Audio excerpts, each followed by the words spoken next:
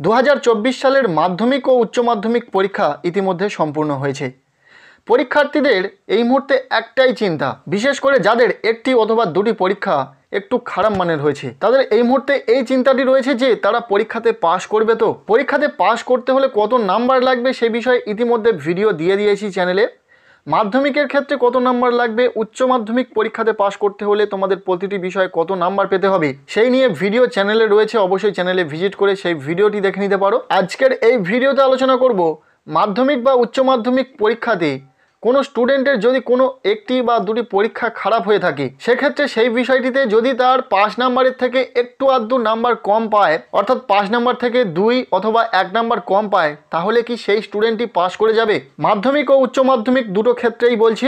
মাধ্যমিক বা উচ্চ মাধ্যমিক পরীক্ষাতে স্টুডেন্টের খাতা দেখার সময় টিচাররা কি গ্রেস নাম্বার বসিয়ে স্টুডেন্টদেরকে পাস করিয়ে দিতে পারে? এই উত্তরটি অবশ্যই তো হ্যাঁ হবে, কেননা স্টুডেন্টদেরকে পাস করানোর ক্ষেত্রে টিচাররা গ্রেস নাম্বার বসাতে পারে, গ্রেস নাম্বার দিয়ে কোনো স্টুডেন্টকে পাস করিয়ে দিতে পারে। সেক্ষেত্রে সর্বাধিক কত নম্বর গ্রেস নাম্বার হিসেবে দিতে পারে, পুরো বিষয়টা জানবো। তার আগে করবো ছোট্ট একটি রিকোয়েস্ট, যদি চ্যানেলে নতুন হয়ে থাকো এখনই চ্যানেলটিকে সাবস্ক্রাইব করে রাখো। মাধ্যমিক পরীক্ষাতে বা উচ্চ মাধ্যমিক পরীক্ষাতে কোনো স্টুডেন্টের একটি অথবা দুটি পরীক্ষা খারাপ হয়েছে, কিন্তু এতটা পরীক্ষা খারাপ হয়নি যে সে একদম নাম্বার পাবেই না। অবশ্যই সে যদি 5 নাম্বারের থেকে 1 অথবা 2 নম্বর কম পায়, সেক্ষেত্রে যে টিচার ওই স্টুডেন্টের খাতা দেখবেন সেই টিচার অবশ্যই চাইবেন যে ওই স্টুডেন্টটি পাস করে যাক। প্রত্যেকটি টিচার চায় যে প্রত্যেকটি স্টুডেন্ট যেন পাস করে। তাই সমস্ত স্টুডেন্টের ক্ষেত্রেই বলছি, যদি তোমাদের পরীক্ষাতে কিছু অন্তত লিখে আসতে পারো, অর্থাৎ 5 নাম্বারের থেকে সামান্য 1-2 নাম্বার কম পাও, সেক্ষেত্রে কিন্তু টিচাররা অবশ্যই খাতা দেখার সময় গ্রেস নাম্বার বসিয়ে তোমাদেরকে পাস করিয়ে দেওয়ার ব্যবস্থা করবেন। তাই এই বিষয়টি নিয়ে একদম নিশ্চিন্তে থাকতে পারো। যারা পরীক্ষা দিয়ে আসার পর এটা নিশ্চিত করতে পেরেছো যে পরীক্ষাতে তোমাদের প্রায় 5 নাম্বারের থেকে